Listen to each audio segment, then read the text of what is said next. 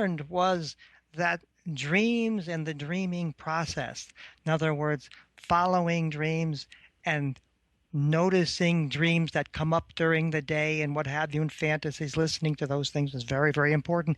It's teleological or meaningful, that what people do. So Jung took first-person experience very seriously up to a point.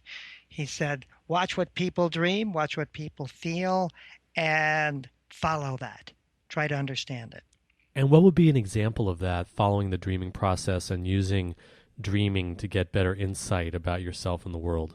For example, a childhood dream. Jung realized that childhood dreams sometimes predicted the kinds of professions people have. So, for example, in my earliest dream in childhood, I remember dreaming about a bear, and he was like chasing me around, chasing me in and out of my father's car. And so one of the meanings of that dream, which has been happening in a way throughout my whole life, it's like a personal myth, your first dreams, what is that I'm constantly going back to my fatherliness and then out from my fatherliness into the world in ever greater circles around my father's car. The bear is chasing me all the time.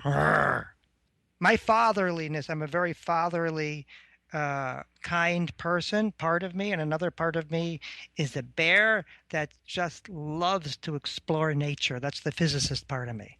Arnie, you went from your studies of Jung to develop your own method, which is called process work, or process-oriented psychology, and it draws on a lot of different elements. There are systems theory, family therapy elements. It uses a lot of psychodrama and some ideas from Gestalt, and also is very body-oriented. Tell us about how you develop process work and how it's different from Jungian approaches. Well, from Jung, I learned to follow dreams, and so I took that very seriously. I wanted to follow dreams, but at the time, the Jungian community was working with people mainly who could come and sit in chairs and talk to you. And I love that. I love talking with people who can sit in chairs, but it didn't work with people who were sick and dying in the hospital. It didn't work with people who were jumping around with extreme states. It didn't go far enough yet with its basic paradigm.